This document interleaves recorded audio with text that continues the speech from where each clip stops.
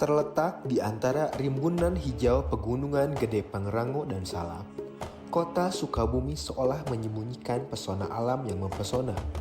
Kota yang dikenal dengan sebutan Kota Mochi ini menyimpan banyak cerita yang merangkai kehidupan masyarakatnya. Namun, Sukabumi juga kaya akan warisan budaya yang tumbuh subur di tengah masyarakatnya. Salah satunya adalah batik yang telah diakui oleh UNESCO. Seni tradisional ini tumbuh dan berkembang di berbagai daerah, salah satunya Batik Kenari, Kota Sukabumi. Budaya Kota Sukabumi, di mana Sukabumi memiliki budaya batik.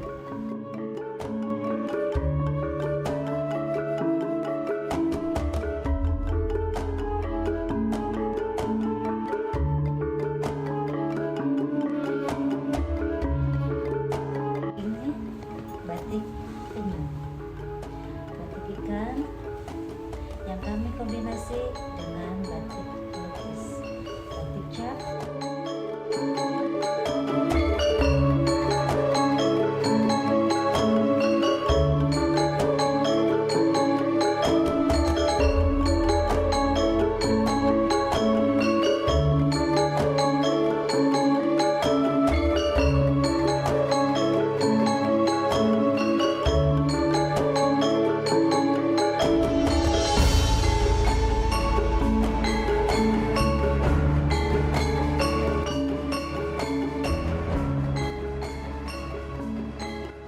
Perjalanan saya membangun Batik Kenari itu seperti gampang-gampang susah. Gampang karena memang di Sukabumi pada saat itu belum ada kompetitor dalam hal batik. Susahnya membuka mindset warga Kota Sukabumi terkait budaya Kota Sukabumi, di mana Sukabumi memiliki budaya batik.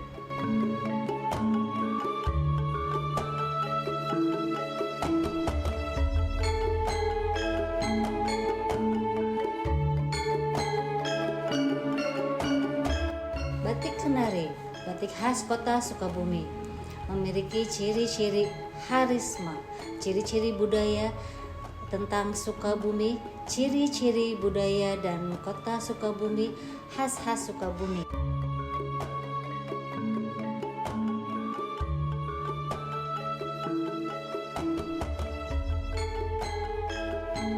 Ini batik unyu, batik ikan yang kami kombinasi dengan batik lukis, batik cap, batik lukis.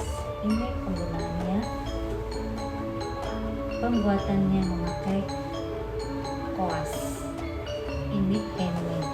Yang kami miliki adalah batik handmade.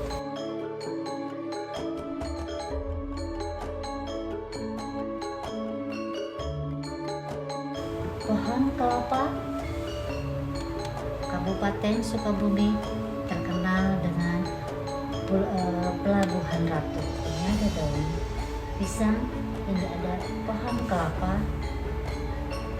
dan kami kombinasikan motif ini sesuai dengan ciri khas Sukabumi.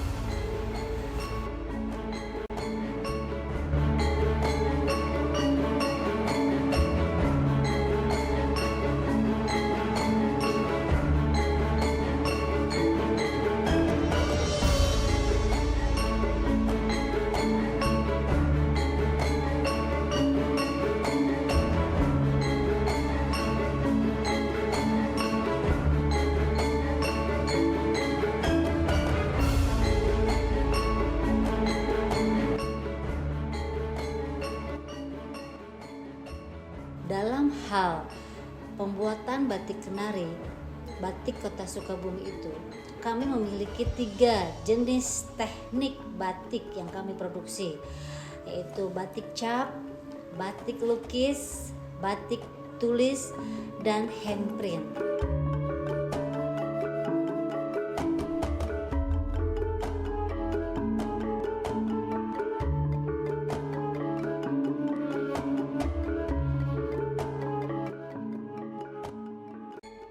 Untuk batik, tetap kami akan memfokuskan kepada pembuatan handmade, yaitu pembuatan batik melalui canting dan malam. Kami memulainya pada tahun 2011 itu dengan memproduksi batik khusus untuk anak-anak milenial, anak-anak mahasiswa. Dan modelnya pun yang kami angkat adalah para mojang dan jajaka. Kenapa? Sekali lagi, karena tujuan kami ingin membuka pengetahuan warga Kota Sukabumi, warga Sukabumi bahwa batik itu tidak selamanya harus dipakai oleh orang tua. Tapi teman-teman mahasiswa, bahkan anak-anak pun bisa tampil cantik dengan berbatik, bisa tampil keren dengan berbatik, dan bisa percaya diri dengan batik.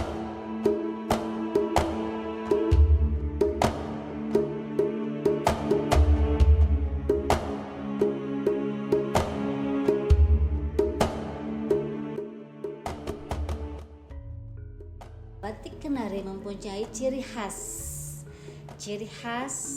dengan yang membedakan dengan rumah produksi lain. Ciri khas kami adalah kami lebih fokus terhadap motif-motif alam.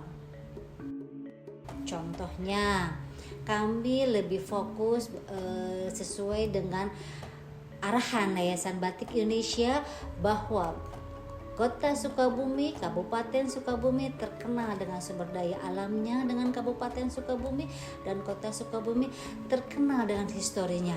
Salah satunya kami punya batik pisang kole, kami punya batik juga daun teh, kami punya batik ciri khas kami adalah penyu. Kami mengedepankan kualitas.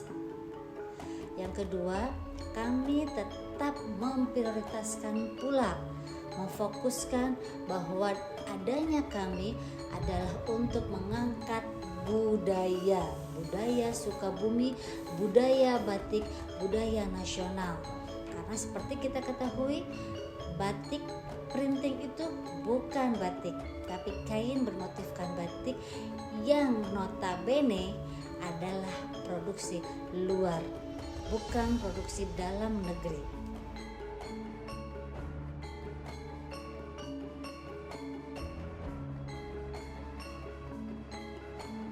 Keaslian batik Kenari bisa kita lihat dan bisa kita bandingkan dengan motif-motif lain, dengan batik-batik lain.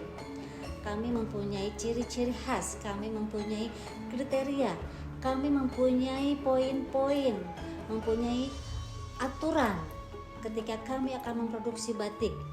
Salah satunya adalah ketika memproduksi batik, kami tetap memakai malam yang berkualitas. Kami tetap memakai obat-obat batik yang berkualitas, yang tidak cepat luntur, tidak cepat beladus, dan warnanya pun bisa sangat kontras dengan motif-motif yang lain. Pewarnaannya pun tajam, tidak hanya sekadar warna-warna biasa, tidak hanya sekedar cukup diwarna udah gitu selesai, tidak. Tapi kami lebih fokus bagaimana menajamkan si warna itu sendiri. Kami mempunyai batik-batik yang dari pewarna alam, karena kami pun selalu mengupgrade kualitas, mengupgrade produk batik yang kami punya. Saat ini sedang tren seperti apa, kami ikut. Seperti tahun 2020 tren batik warna alam, kami pun memproduksi batik warna alam dari daun-daun dan dari buah-buahan pewarnanya. Pada saat ini batik Kenari pada tahun 2024 ini, kompetitor di Sukabumi tidak hanya 1, 2, 3 tapi sudah menjamur.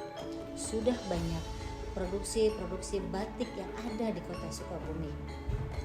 Tapi kami tidak pernah down, tidak pernah surut semangat kami untuk terus berinovasi, untuk terus berkreasi, untuk terus memotivasi diri kami bahwa kami pun siap dan selalu bisa mengupgrade diri untuk selalu mendapatkan atau selalu mendesainkan, mengkreasikan, menciptakan motif-motif baru, motif-motif batik Sukabumi.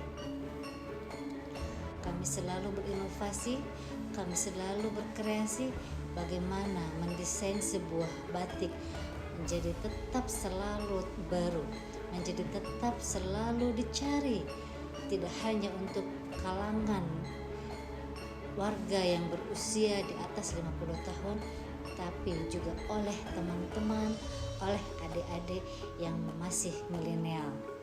Inovasi dan kreasi.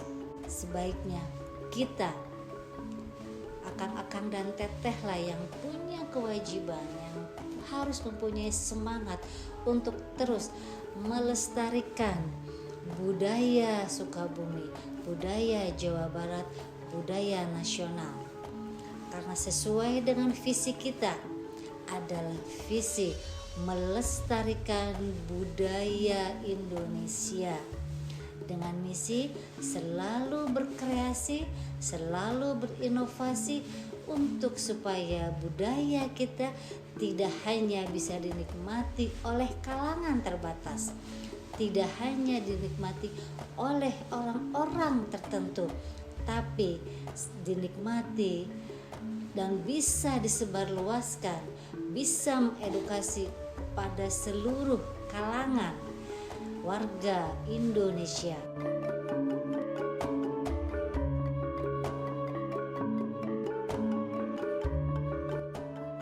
Perkembangan batik di Sukabumi memang sangat pesat ya di era 90 sampai 2000-an itu, karena banyak produsen-produsen batik rumahan maupun industri yang berkiprah di era itu. Ya, sampai sekarang memang pertumbuhannya sangat baik gitu, dengan banyaknya pameran, kompetisi-kompetisi motif batik, kemudian jaringan distribusi yang baik pula di industri ini.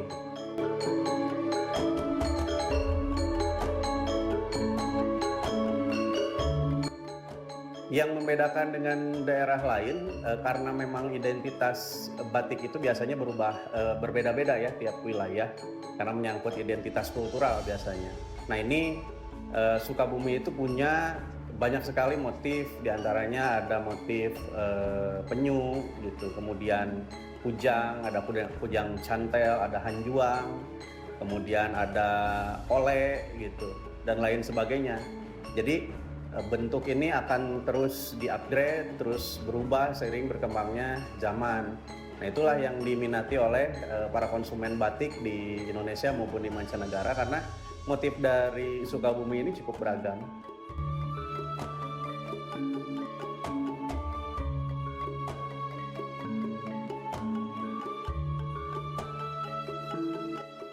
Yang dilakukan tentunya muncul banyak sekali industri batik rumahan, selain industri batik yang sudah mapan lah secara proses dari hulu sampai hilirnya. Nah ini juga dukungan pemerintah juga sangat berperan penting, terutama di sektor inkubasi ya, di peningkatan kapasitas, pelatihan-pelatihan untuk para pembatik, kemudian juga jejaring distribusi dan pemasarannya di nasional maupun di internasional gitu. Sering sekali juga tahun kemarin juga diawali pelatihan batik dari mulai produksi hingga ke pemasaran sama Batik Fraktal yang kerjasama dengan Lembaga Penjamin Simpanan LPS RI, membuat pelatihan batik di Sukabumi selama kurang lebih 3 bulan gitu. Dan itu dari proses awal, proses pembatikan, desain dengan software ya, kemudian tahap pameran gitu dengan digelarnya acara fashion show batik hasil karya teman-teman para pembatik di Sukabumi.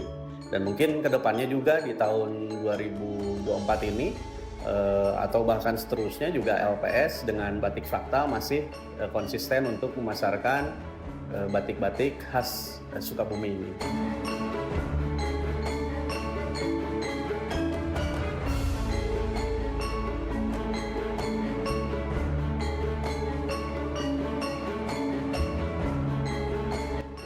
membatik batik fraktal itu juga saya pribadi juga dimintai untuk menggali identitas kultural macam apa yang ada di Sukabumi gitu. Nah ini juga keterlibatan para penggiat budaya, seniman, kemudian akademisi juga sangat berperan penting terhadap menciptakan bentuk baru atau motif-motif batik baru. Kemudian juga secara kultural juga di pemerintahan kan memang sekarang sudah rutin ya untuk menggunakan batik oleh kalangan ASN, juga beberapa di sekolah kan punya batik motifnya masing-masing. Itu juga salah satu tugas saya ya sebagai penggiat budaya.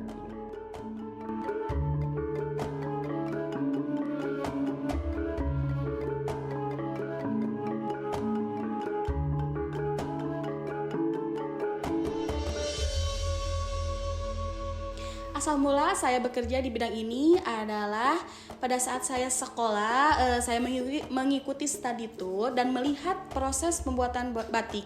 Dan dari situ saya tertarik untuk belajar lebih dalam mengenai batik, dan saya sekarang bekerja di Batik Kenari dan ingin lebih mendalami peran saya sebagai pengrajin di Kota Sukabumi. Saya memilih bekerja di Batik Kenari karena perusahaan ini memiliki reputasi yang baik dalam memproduksi batik berkualitas tinggi. Selain itu, Batik Kenari juga berkomitmen untuk melestarikan budaya batik di seluruh Kota Sukabumi. Sebagai seorang pembatik di Batik Kenari, tugas dan tanggung jawab saya meliputi beberapa tahapan, yaitu pertama, membuat desain motif batik yang sesuai dengan ciri khas Batik Kenari.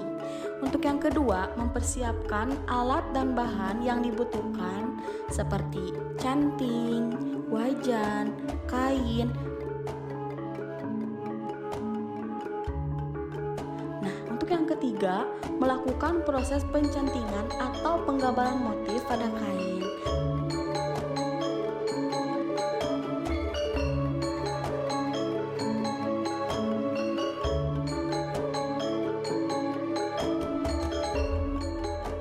Dalam proses pembuatan batik di Batik Kenari, kami menggunakan teknik batik tulis, batik cap, dan batik lukis.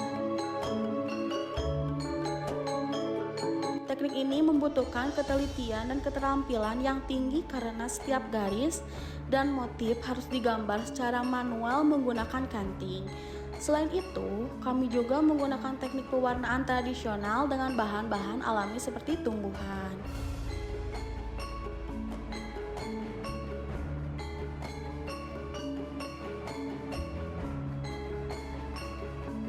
Tantangan utama bagi kami seorang pembatik adalah menjaga konsistensi kualitas dan keunikan motif batik. Setiap kain batik yang kami harus buat memiliki ciri khas yang berbeda sehingga ketelitian dan kreativitas yang tinggi. Selain itu, proses pembuatan batik tulis juga membutuhkan waktu yang cukup lama dan tenaga yang tidak sedikit, sehingga kami harus bekerja dengan sabar dan teliti. Nah, untuk filosofi dan nilai-nilai batik, di Batik Kenari mempunyai 3 ciri khas motif batik. Yang pertama, batik penyu menggambarkan kesabaran, ketekunan dalam melakukan apapun. Untuk yang kedua, motif batik daun pisang, yaitu motif batik yang 1000 kegunaannya, atau kita bisa sebut daun 1000 guna, mulai dari akar, batang. Nah, untuk motif batik yang ketiga yaitu motif batik balai kota, salah satu gedung yang berdiri sudah lama di Kota Sukabumi.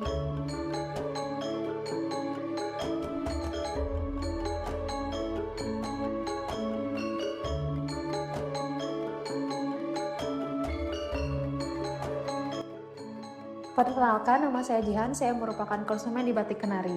Saya mengetahui Batik Kenari ini dari ibu saya yang sudah berlangganan di sini juga. dan sering berbelanja. Kebetulan kali ini saya datang sendiri tanpa ditemani ibu saya karena saya ingin mengambil kain batik saya untuk acara wisuda. Saya memesannya melalui online.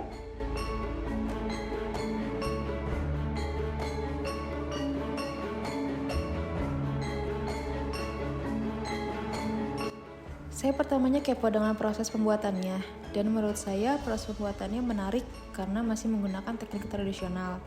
Tanpa disengaja, saya pernah melihat ketika sedang mengadakan workshop.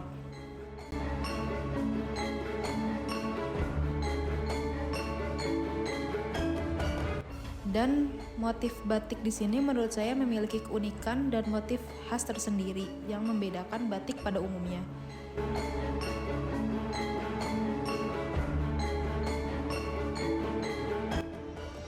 Dan di sini juga kita bisa belajar dan tahu arti motif-motif di baliknya. Dan ownernya pun sangat ramah ketika saya bertanya-tanya, beliau dapat menjelaskan dengan jelas dan para pekerjanya pun sama. Selain mendapatkan produk yang berkualitas, saya juga merasa berkontribusi untuk mendukung UMKM dan tentunya dapat melestarikan budaya.